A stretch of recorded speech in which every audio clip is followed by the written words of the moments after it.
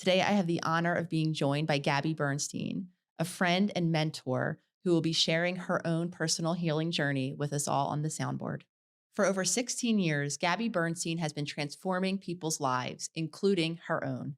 The #1 New York Times bestselling author has penned 9 books, including The Universe Has Your Back, Super Attractor, and her newest one, Happy Days. In her weekly podcast, Dear Gabby, she offers up real-time coaching, straight talk, and conversations about growth and spirituality with her unique and inspiring guest. What started as hosting intimate conversations with 20 people in her New York City apartment, Gabby has grown into speaking to tens of thousands in sold-out venues around the world. Gabby was featured on Oprah's Super Soul Sunday as a next-generation thought leader. The Oprah Winfrey Network chose Gabby to be part of the Super Soul 100, a dynamic group of trailblazers whose vision and life's work are bringing a high level of consciousness into the world. The New York Times identified Gabby as a new role model. She even co-hosted the Guinness World Records largest guided meditation with Deepak Chopra and appears regularly as an expert on Today and Good Morning America, among other publications. She connects with her community through her books, her Miracle membership, and her podcast, Dear Gabby. To learn more information about Gabby Bernstein, visit gabbybernstein.com. Today, she joins me to talk about her new book, Happy Days. So, Gabby, first and foremost, thank you for taking the time to have a chat with me about your new book, Happy Days. Listen, lady, this is one of the top podcasts on my list. I said to my publicist and to you, I said, this is my dream. Am I your first interview? You are officially our first interview on the Self-Healer Soundboard. Somebody can't, I'm like panting like a dog. This is real. I'm, first of all, so deeply honored and grateful.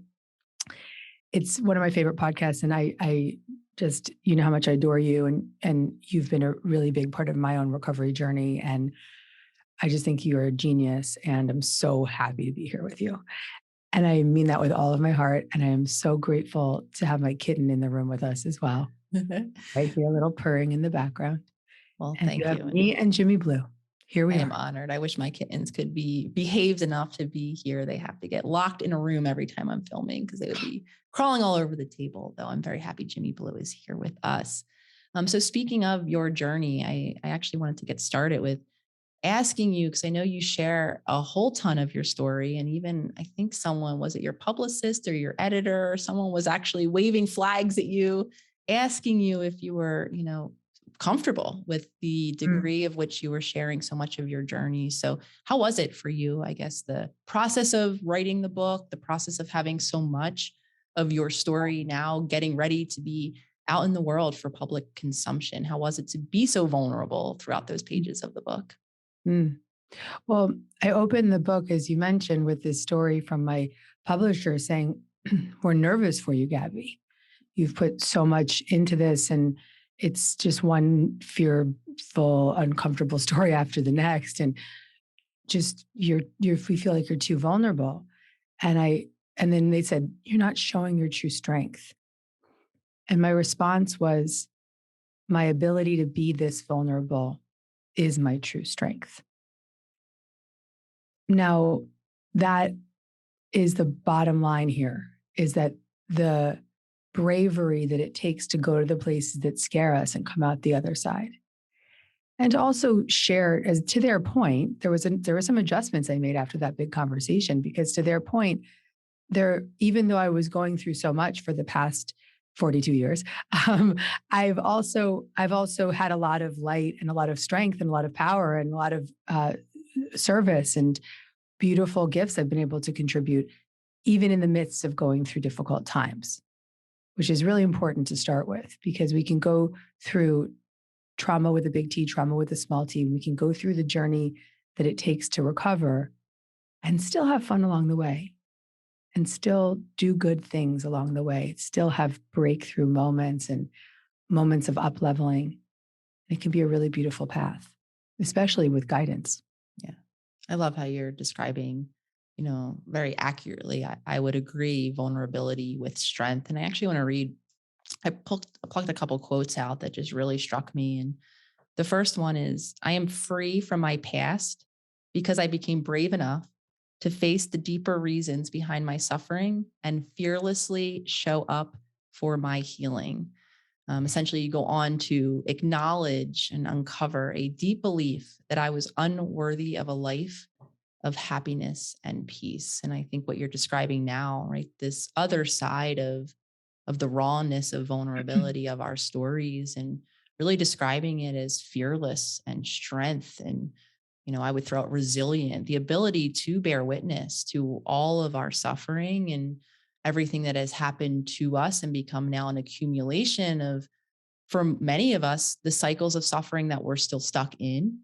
Yeah. How much that is for most of us the most foundational, the most beginning part of a healing journey, and how painful and raw it can be. Yeah. Yeah. And that the bravery and the willingness to go there is the first step to resilience, is the first step in the journey of coming to the other side. You have to make that commitment. I'm ready to go. Yeah. So being you brought up, let's talk a little bit about, the differences in all of the T's, the big T, the small T, Mhm. what you have come to realize. And again, I want to go back to another quote because I just think some of the language you used, Gabby, is just so beautiful.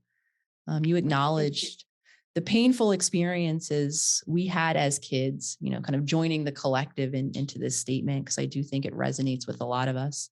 Painful experiences we had as kids were fractures in our energetic connection to the love within us, or the God within us. And so when you think about trauma in all of its forms, and you apply this beautiful language of it being a fracture, to the energetic connection of love within us, can you say a little more about what you've come to realize about our past and our present and our connection or disconnection from love or from source? Yeah, I'd love to share that from a spiritual perspective and a therapeutic perspective, because I believe that when we have these traumatic events in our childhood where our system gets overwhelmed and we can't bring ourselves back to safety or self-regulation, we have what from a spiritual standpoint is almost like a soul departure. I share in the book about how I had this shamanic healing young, I was maybe like 20 something. And the shaman said, "Oh, I see you at this young age, and there's a part of your soul being separated." Similar to the way I referenced it as a fracture. What I know to be true from that spiritual sense and from a therapeutic sense is that when we have these moments in time that shock our system, big T trauma or small T trauma, we do in a way separate. In my case, seriously, I went into dissociation and walked, just separated from that memory, tucked it away and forgot. But my body never forgot. And then from a therapeutic standpoint, I'm now trained in IFS and internal family systems therapy, which I know you're a fan of. And from an IFS perspective, we become those moments in time become so severe that we exile those child parts and we separate them and we put them away and we say, no, I'm not going to go there. Under lock and key, no, thank you. And then we build up all these other fragmented parts of ourselves to protect us from ever having to face those impermissible feelings. And so really what this book really is it's a journey of reclaiming those child parts and helping them feel safe enough in our internal system. And really starts with just acknowledging that they're there, acknowledging that they have been fractured and cut off. And it's a slow, steady process. People may be like, well, I don't even know what that is. And I guide you there. And I understand that fracture very deeply and intimately. So you're saying something really profound, and that I talk a lot about in my work and in our circle, which is safety, and Mhm. really beginning to understand and explore all of these parts of ourself, right? The thoughts we think, the habits, the way we feel, how we show up in our relationships, our for a lot of us, until we become conscious, our general way of being has been born out of, at least in my opinion, that desire for safety, trying to find and create safety for ourselves within whatever environment it was that we were born into, whatever environment we were living in, whatever family structure that was. When we didn't have consistently attuned caregivers, which is a tall order, to have a human be first and foremost regulated within their own emotional selves, aware of their own needs, and then therefore able to be safe space for someone else, even if that someone else is their child. That's a lot to do as a parent. And Yeah. so for the large majority of us who didn't have that very receptive, attuned, self-regulating caregiver, something led us into that shock feeling. And That's, oftentimes it was a consistent something of shock and of overwhelm that mm, created these fractured parts that you're describing. And then flash forward however amount of time it is into adulthood, what most of us become aware of first before we understand all of the layers of it. And I do want to talk a little bit about the parts and how we can think and work with them. Before we understand that, what most of us come to the awareness of is how our general way of being, the habits and patterns that we're living aren't serving us. And you yeah. talk and share about, kind of your kind of addictive like behavior, for lack of a better word, and the different ways it was socially acceptable in look, Mhm. right? This endless Mhm. achievement drive that I very, very much relate to myself. So can you share a little bit about kind of your before journey of healing and Yeah. what your safety behaviors look like and how they manifested in the world, so that for listeners out there who, maybe aren't yet sure of the underneath, might see parts of themselves, literally parts, in their attempts to create safety? Yeah. Well, it all began in this book with this story of me in my beat up white Toyota Corolla. I'm 24 and a half years old. I'm sitting in the car. I haven't slept the night before.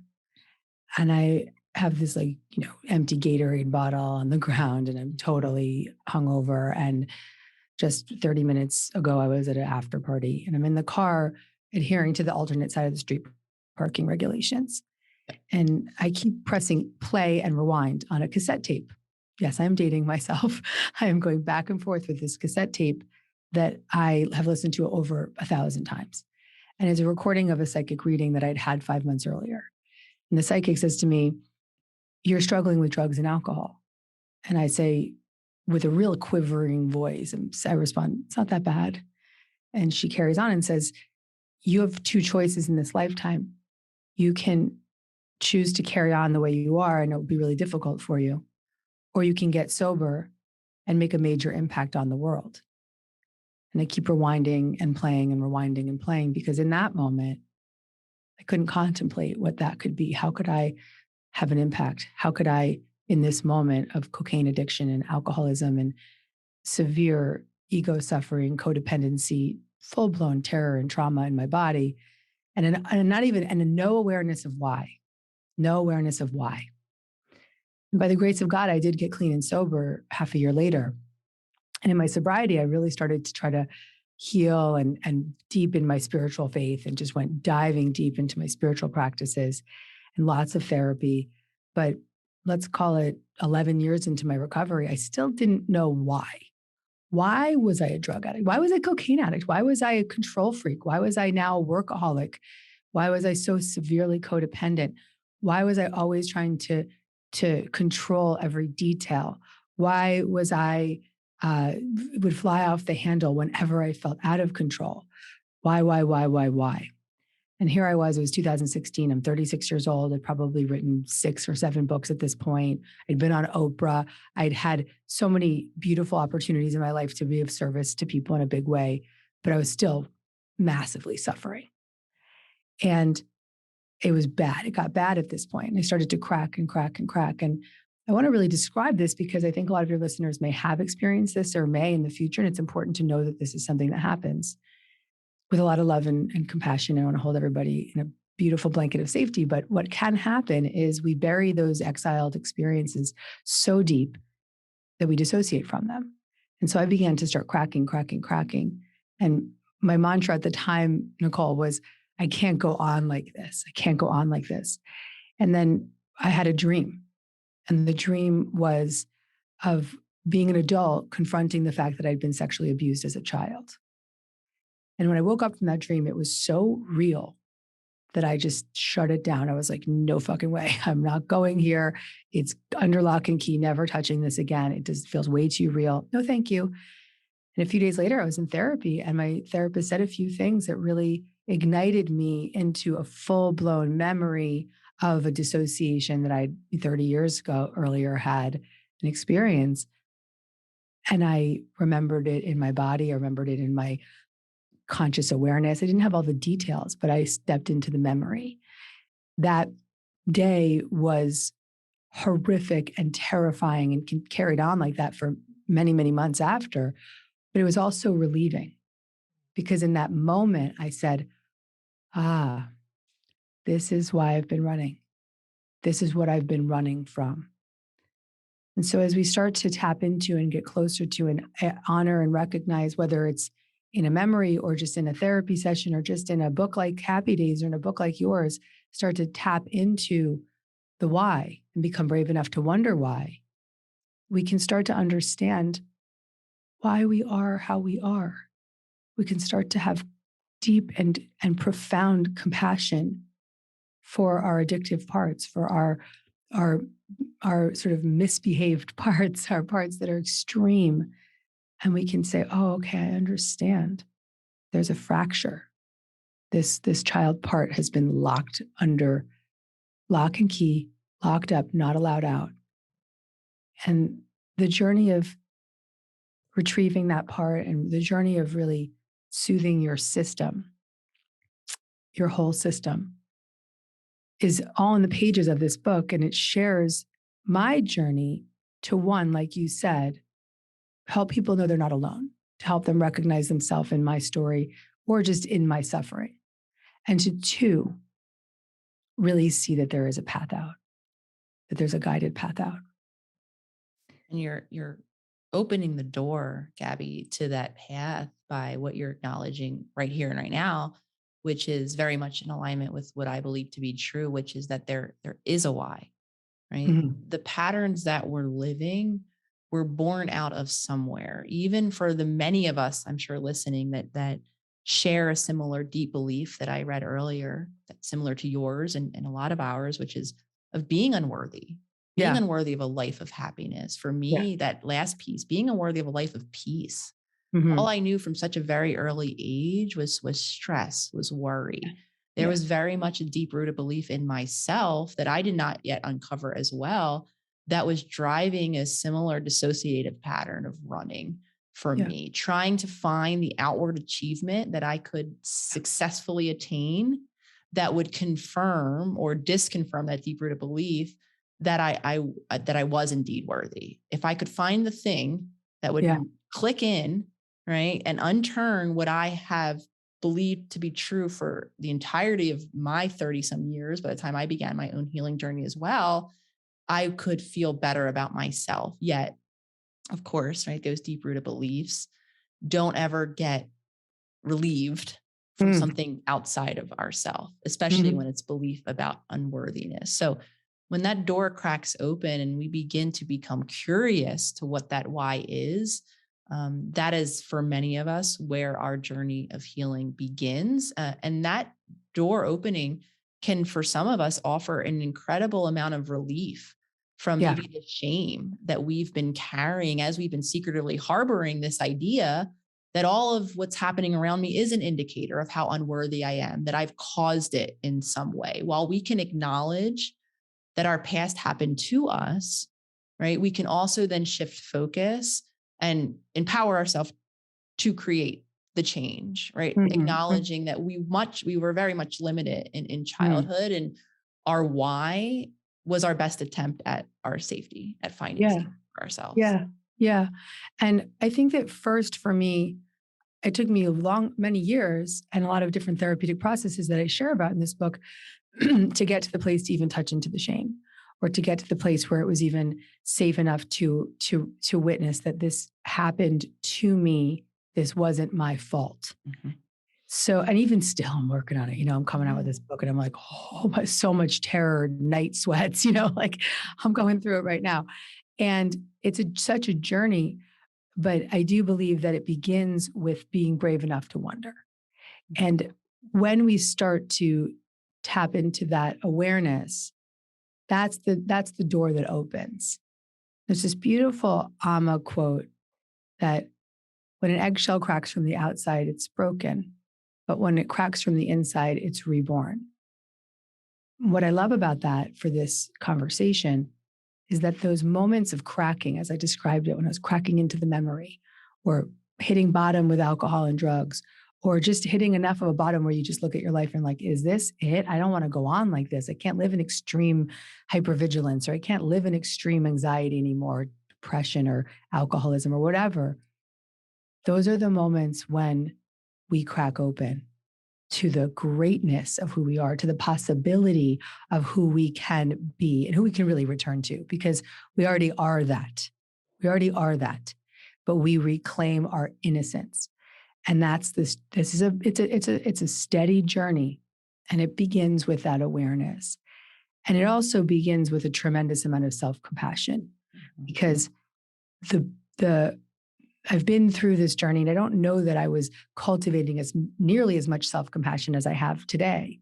And if we can begin the conversation by witnessing what's been up and decide to show up for it, but through the lens of tremendous compassion for what we've been through and how we've tried to survive, the journey is a lot easier, because that self-compassion can be the leader rather than that self-attack or shaming or blaming or judgment towards ourselves. So that would be a big thing I'd like. If I had been where I am, if I'd known where I was going to be then in 2016, or even in 2005 when I got sober, I would love to say to those parts of myself, you did the best you could. And you've done a great job to get to where you are right now. Well, it's in that acknowledgement. And I think you kind of mentioned more or less what I saw as kind of three components of, what I would call a healing journey. And the first one is, I think, what we're talking about right now, which is witnessing your suffering, right? Mm. Witnessing your pain, witnessing your subconscious mind and all of its triggers and that deep wounding. And you have this one line where you essentially suggest, or utilizing this concept for yourself in your own journey, you say, paying attention to the minute you want to run. Right. Mm-hmm. So that witnessing is the space I think that we're talking about right now, which is Mm-hmm. learning how to, with compassion, of course, see all of the self, see all of that tendencies and the patternings that we have and the desire to want to run, and learning how to then compassionately bear witness to that depth of pain that most of us are still bringing with us into adulthood. Yeah. In that chapter, I really reference this opportunity that we have to look at the triggers in our life and then notice the feelings that are behind those triggers, and then notice all the ways that we try to avoid those feelings, because the triggers are activating a feeling that's impermissible, the exiled child parts of us. And then the ways that we run from those feelings are these protector parts. They're the parts that are trying to numb it out: control, work, sex, love, porn. Even just spirituality can be a protector part, spiritual bypassing, which is what I did for many years. And frankly, all these protectors are good parts. They all have a lot of important roles in our life, these ways that we protect ourselves. But the goal is to help them be less extreme.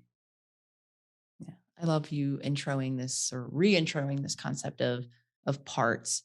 And I think that example here is so important, acknowledging the wounding of the part. So I feel unworthy, I feel fearful, I feel abandoned, I feel rejected, all of the different things that could be activate it in that moment. And then again, what is my attempt to run? How am I Mm. trying to reestablish safety? What am I doing as a result of that part and that deep rooted pain or that deep rooted fear? And can I begin to see clearly the whole story for myself, instead of just focusing on the running or the shame or the yelling or whatever it is I did as a result? Understanding that we do have these deep rooted parts of us that Yeah. still have stored pain, experiences, narratives, beliefs. coping mechanisms, all from our childhood, that then do awash us and become very present to us in real time. And that's when you say kind of witness when you want to run, and almost dive then in from that point and allow the space for that deeper feeling of, I'm scared I'm gonna be rejected. I'm scared I'm not loved right now. I'm scared that what's happening is indication that I'm not worthy Yeah. in this moment. I think that there's something important that my therapist once said to me: your trauma shows up in how you brush your teeth.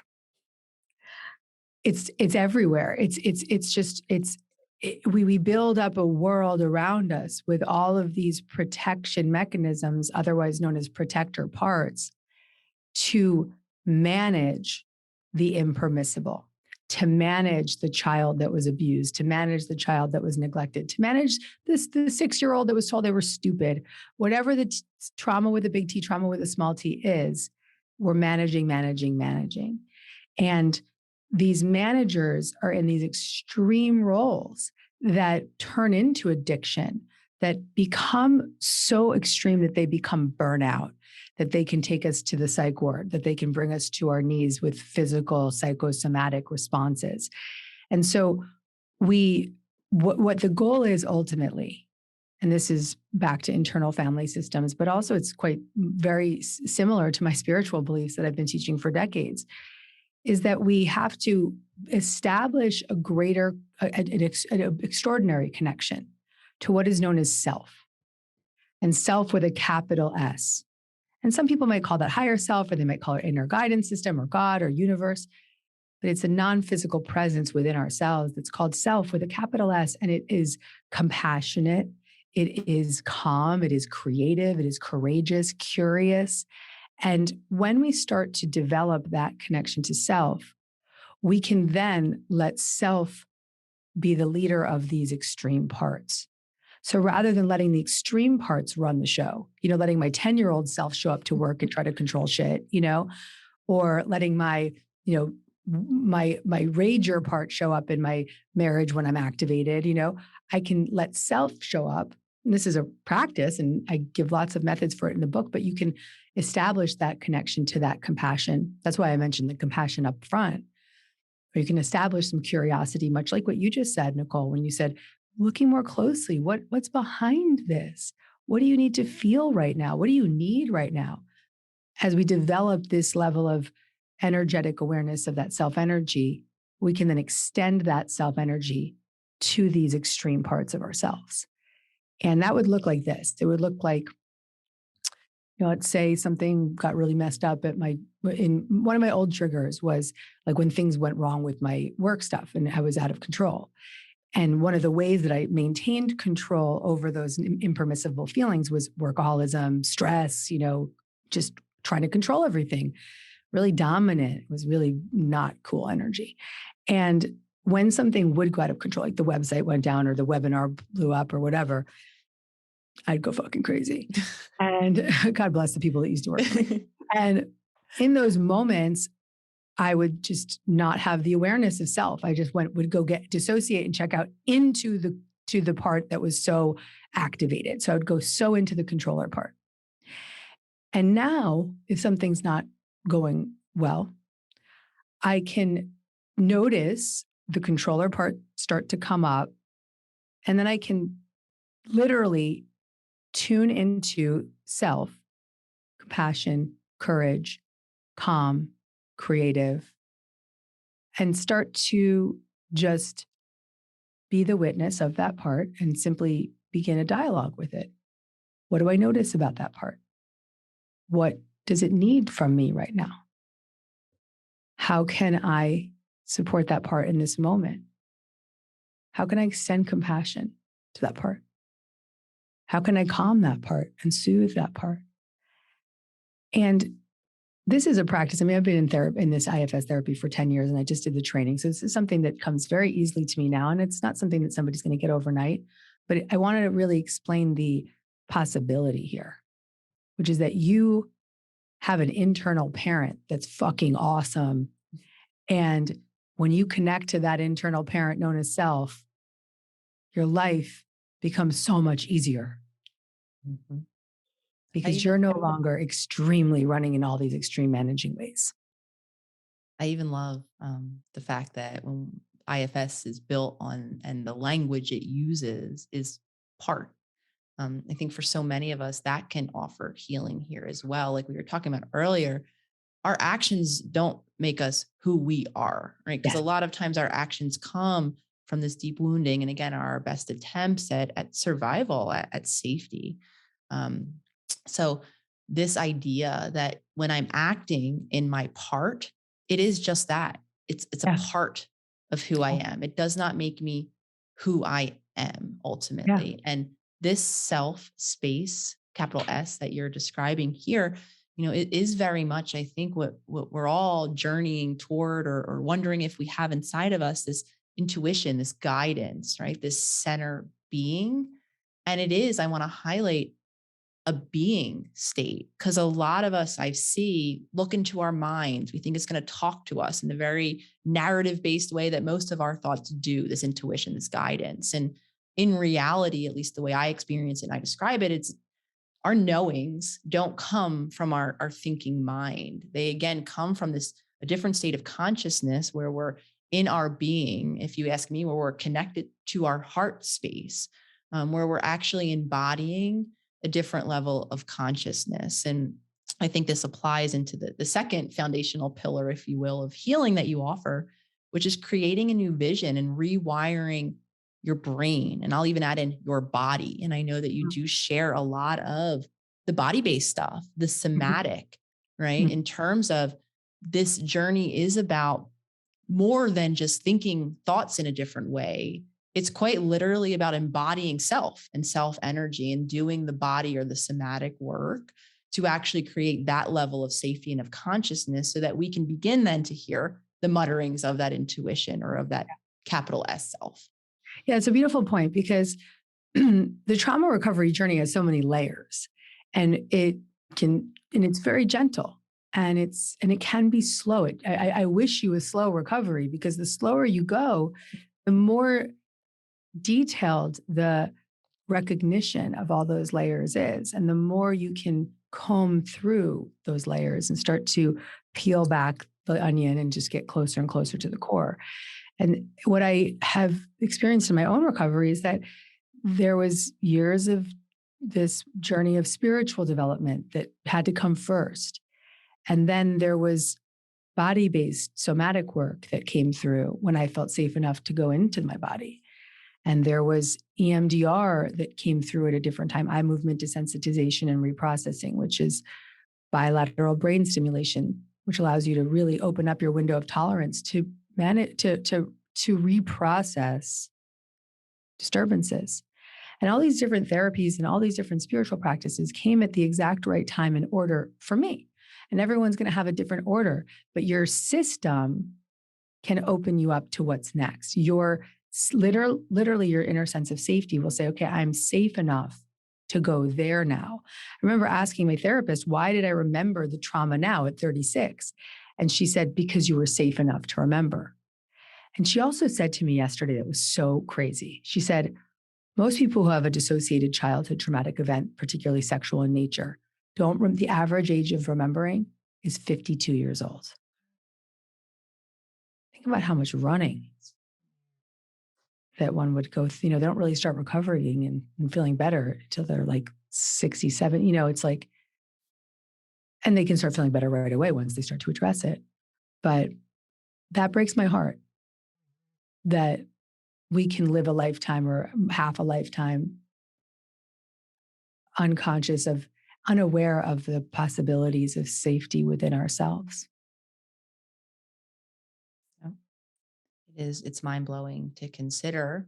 And I think the hopeful side of it is the reality that very thankfully and gratefully, there is not a too late.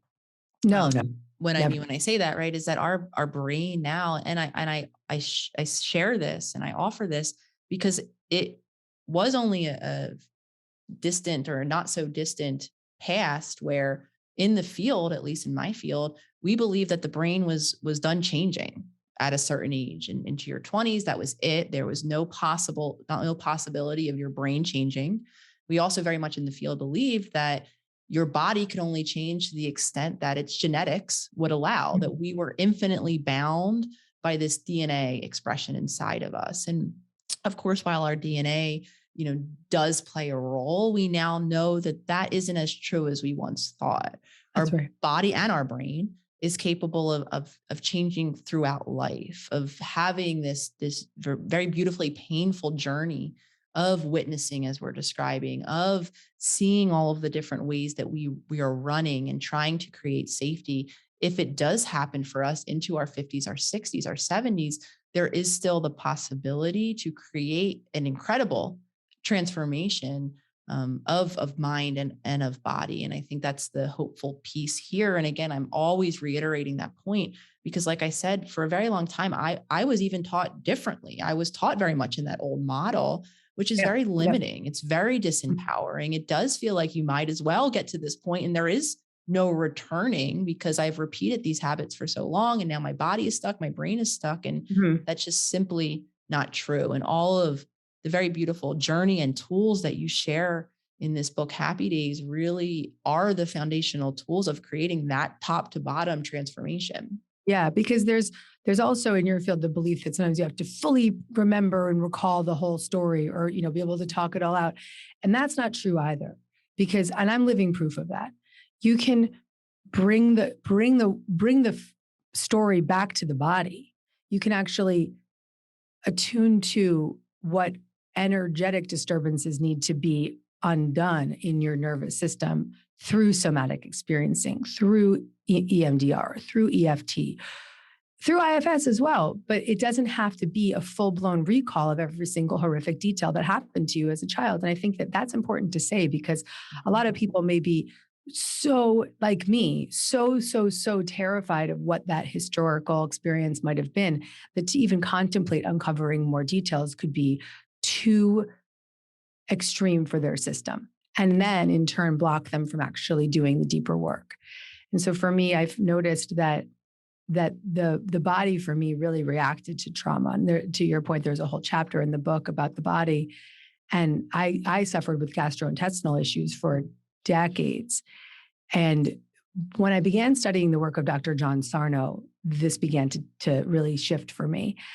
And Sarno really focused on, he wrote the book Healing Back Pain and the Mind Body Prescription. And the thesis being that our physical condition, our physical symptoms are psychosomatic.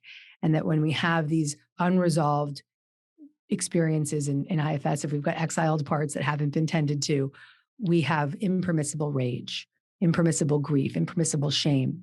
And then we build up our protectors, but some other forms of protector parts are physical symptoms. So we can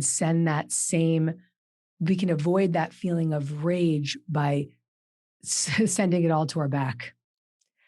Or we get so living in such serious hypervigilance that our gut gets stops getting blood sent to it and it just goes to shit, right? And so when we have these physical symptoms, yes, they are indeed physical. Yes, they do often require medical care, and I believe in that fully and completely. But they also require a deeper exploration of what are the feelings that live beneath them. Yeah, I give a lot of methods in the book for how you can begin to tap into and touch into those parts of your body that are trying to reveal something to you as well. I think it's beautiful too, the acknowledgement that you're offering that this isn't minimizing the pain that many of us are carrying in our body. I mean, for some of us, the symptomology of the gastrointestinal stuff that comes as a byproduct, whether it's, IBS, or for me, it was an extreme form of constipation, right? That can be it's real, period, and can Mm-hmm. be very, very painful and very limiting. And Mm-hmm. so the way you're very beautifully offering it as an opportunity to then also wonder about or get curious of if that in and of itself is that symptom, is Yeah. coming from something deeper. And when you were talking and you said the word rage, I'm remembering one of the journaling techniques that you suggest in your book, which is called Rage on the Page, right? So the ways that we can begin to create space in our world. And for some of us, it might be through the safety of a private journaling experience where Yeah. we are able then to locate and to discharge the deeper feelings, how incredibly important that space becomes on our journey, because that deep feeling is just as real as that symptom. So the goal becomes, how can I allow space for both? And then Yeah. to almost release the valve on what's fueling the physical symptomology or whatever other pattern it is that of running that I'm stuck in or that I'm seeing. Yeah. And I I love that you brought up that method because it's really a Sarno method and I just added to it. But what it is really giving voice to the impermissible. Mhm. So while I was having some TMJ and I was talking to my friend Nicole Sachs, who practices a lot of the Sarno work, and she said, well, try this method that she adapted from Sarno, and she calls it journal speak. And she said, write for 20 minutes about whatever you're feeling, and then follow it with a meditation for 20 minutes. And so I did that, but then I Gabbified it because I always just like, I'm like, really, I am an extreme person. And those extreme parts now that are not so out of control are really helpful.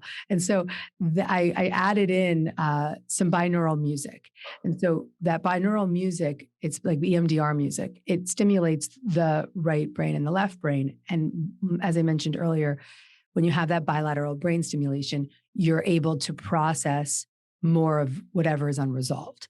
And so I listened to the EMDR music with just it stimulated a tone in the right ear and a tone in the left ear behind the music. And that starts to stimulate that bilateral brain functioning. While writing about for 20 minutes, whatever I was rageful, shameful, angry, even slightly disturbed, whatever, got it onto the page, gave it voice, listen while processing it with this music, and then follow it with a 20-minute meditation while I'm still listening to the music. And that's when I can reprocess it. That's the reprocessing part. That's when I can go into a deep meditative state and my subconscious can actually start to create new neural pathways and say, we can feel these feelings with a more settled energy, or we can see it visually in your mind's eye.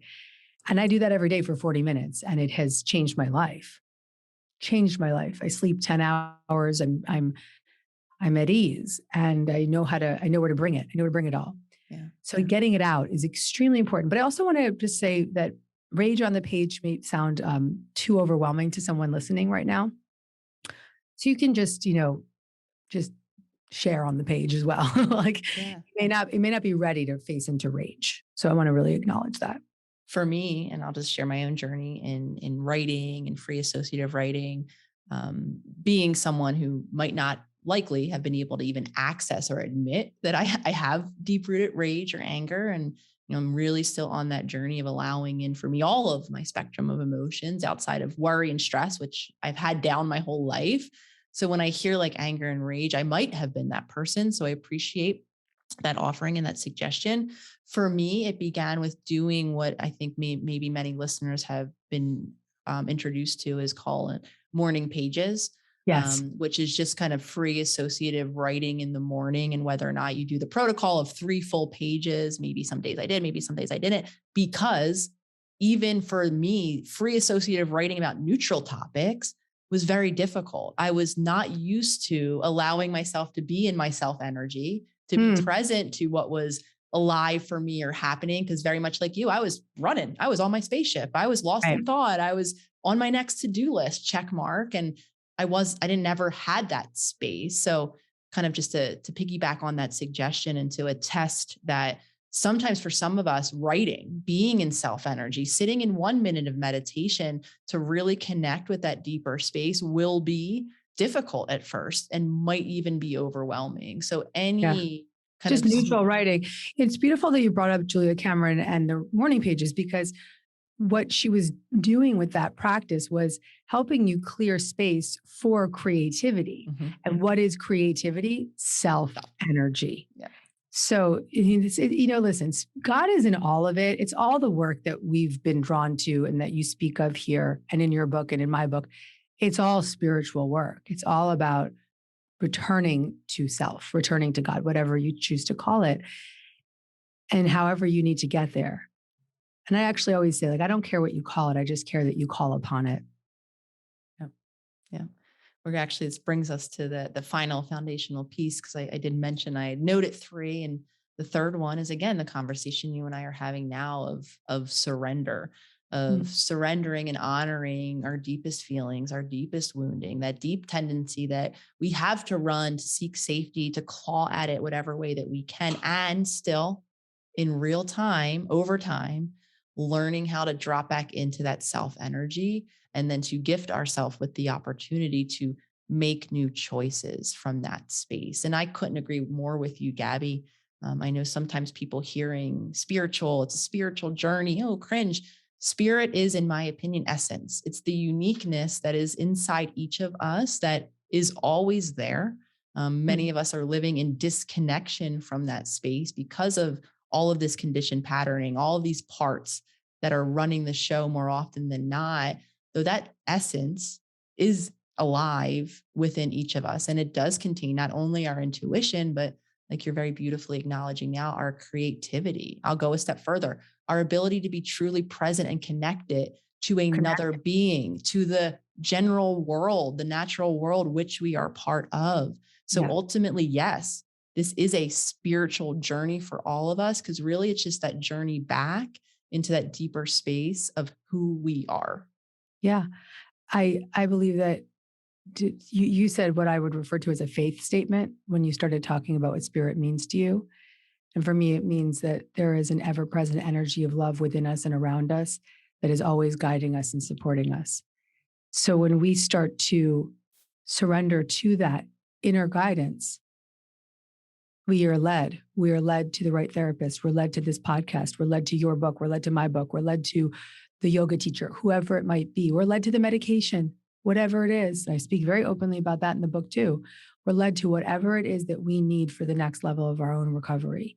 And so that process of surrender really is a daily ritual of noticing your fear, noticing your trigger, noticing the part of you that's activated, and offering it up, saying, God, self, inner guide, help me work this out. And if that doesn't resonate, you don't get it yet, what I learned in my 12-step program that just was so healing for me was fake it till you make it. I've been on my knees every single morning for the past 16 years in my recovery. And I say, take it from me, take it all from me. And there's a beautiful prayer that has been a cornerstone in my recovery, and it's from A Course in Miracles. Where would you have me go? What would you have me do? What would you have me say? And to whom? And that prayer, even before I had such a strong faith statement that I have now, that prayer was a string that was guiding me to my higher self and to my higher power of my own understanding. And so just begin with asking for help. I think what you're also highlighting here, and it's kind of entering into a really, really great wrap up of this whole conversation, which is really attesting to the ongoingness, the process, the beingness of this whole journey every day, like you just mentioned, asking for that guidance every day, right? Taking those moments to surrender, every day being present to ourselves and the entirety of our parts and our circumstances and our choices and our desires to run and all of the different layers of feelings that we have. It's an everyday journey. And again, I'm saying this speaking to multiple versions of past self, and some versions I still entertain now, that looks for this done place, this final Mhm. box that I can just put my black marker over and, Mhm. say it's complete.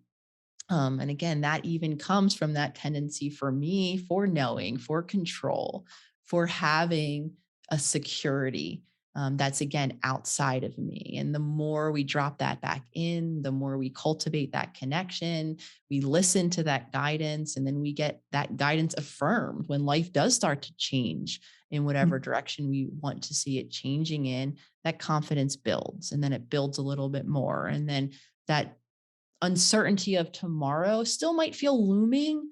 It feels a bit more manageable because we've rebuilt that connection to that guidance, to that self by the practice of dropping in, by the process, right, of being on the journey that continues Right. into the infinite future. People used to ask me, how do I live a miraculous life? And I would say, will you add up the miracles?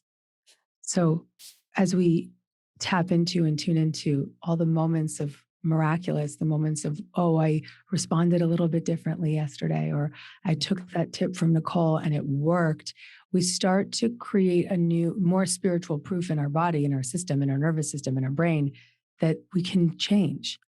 And the more we add up those miracle moments, the closer we get to living a miraculous life.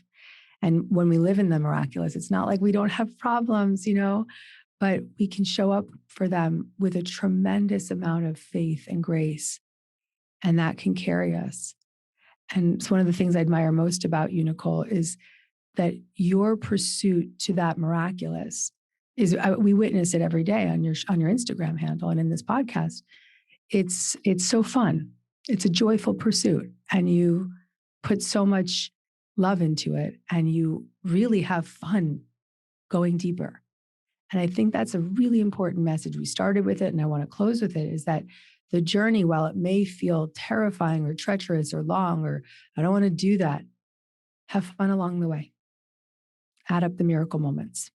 I appreciate you acknowledging that of me, Gabby, so much. And I do want to highlight how intentional sometimes we have to be even with ourselves in those moments of acknowledgement. It can become so easy to forget that, you know what, the things that I am doing today are quite different than the things I Mm. was doing 5, 10 years ago, because that's now out of mind. And all I can see is the distance between what I'm doing or not doing today and what I prefer to be doing or not doing into a Right. future time. So there's been so many moments for me, not only personally in business, where it does take the conscious intention of, we actually had a month in our circle a couple months ago called Celebrate You, which Yeah. the focus was on that, how purposeful we have to be about acknowledging those moments of change, because most of us do just look right on to the next, or do see what we didn't do as opposed to what we did in that moment. And taking those moments to celebrate, to acknowledge your way on the journey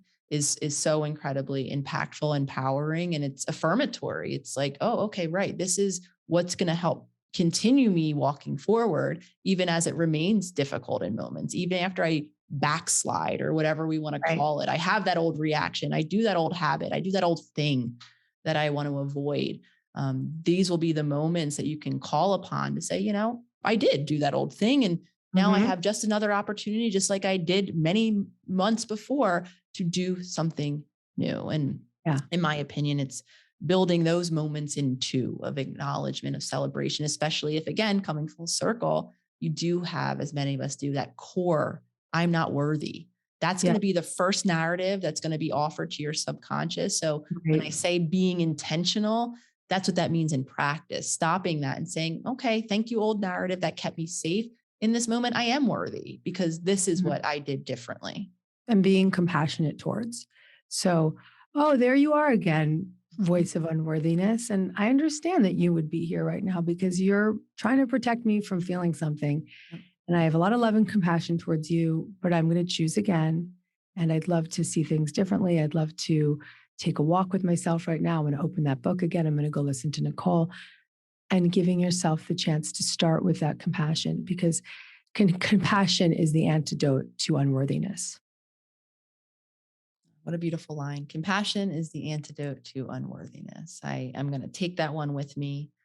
Thank you, Gabby, for all of your time, your energy, your wisdom. Before we end, tell us a little bit about when the book officially comes out, when and how we can get our hands on it. Talk to me about Happy Days. Book's out on 2/22/22. And Oh, what a date. if you're hearing this before the 26th of February, you can get a free full day workshop with me on the book when you pre-order or you order before the 26th.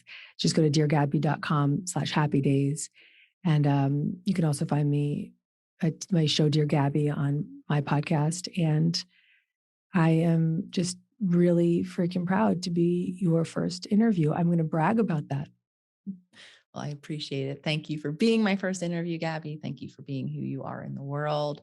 It's been truly an honor to have had our paths cross. You're someone whose work I've always read, I've always admired. So being able to have these continued conversations with me is truly my honor and my pleasure. So thank you for taking the time today.